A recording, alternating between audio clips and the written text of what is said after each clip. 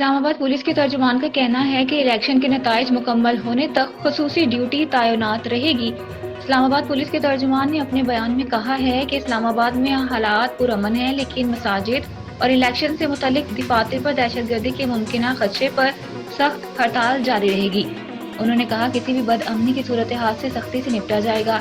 اسلام آباد پولیس کے افسران اپنے علاقوں میں موجود ہیں، کسی بھی غیر معمولی سرگرمی کی اطلاع 15 یا ICT 15 ایپ پر دیں گے۔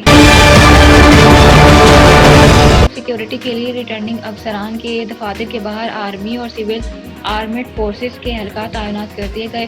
سیکیورٹی ذرائع کے مطابق آرمی اور سول آرمڈ فورسز کا الیکشن عمل سے کوئی تعلق نہیں۔ اہلکار گنتی کا عمل مکمل ہونے تک ROs دفاتر کے باہر سیکیورٹی دینے کے پابند ہیں۔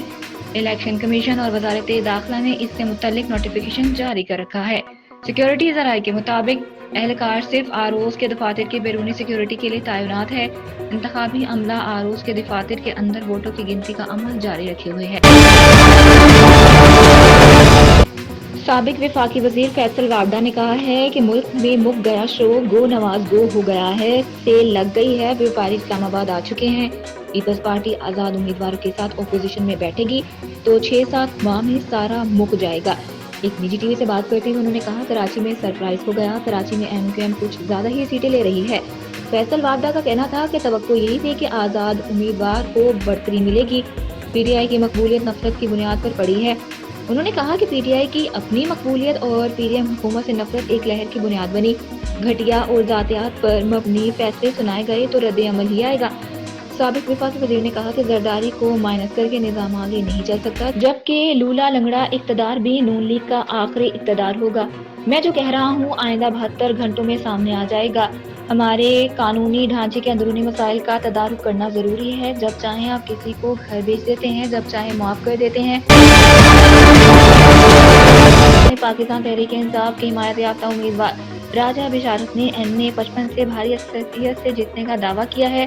راجہ بشارت نے مائیکرو بلاگنگ ویب سائٹ پر ایک ویڈیو بیان جاری کیا۔ راجہ بشارت کا کہنا ہے کہ میں 50,000 کی لیڈ سے جیت چکا ہوں۔ فارم 45 بطور ثبوت موجود ہیں۔ میرا مخالف پورے حلقے میں کسی پولنگ اسٹیشن پر کامیاب نہیں ہوا۔ RO فارم 45 ماننے سے انکاری ہے۔ مخالف امیدوار کو فارم 47 جاری کر کے جتوا رہا ہے۔ راجہ بشارت کا کہنا ہے کہ اپنے حق پر ڈاکہ ڈالنے نہیں دیں گے۔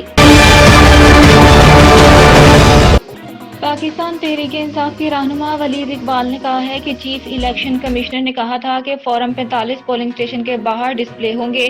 فارم 45 کا پولنگ اسٹیشن کے باہر ڈسپلے کہاں ہے؟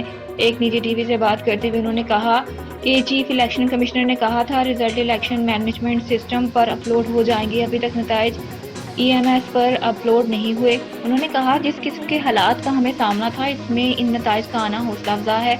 ہم نے 21ویں صدی کی ٹیکنالوجی استعمال کر کے ووٹر سے رابطہ رکھا، عوام کی رائے کا احترام کرنا چاہیے۔ ولید اقبال نے کہا کہ PTI کا آئندہ کا لائے عمل آئین اور قانون کے دائرے میں ہوگا۔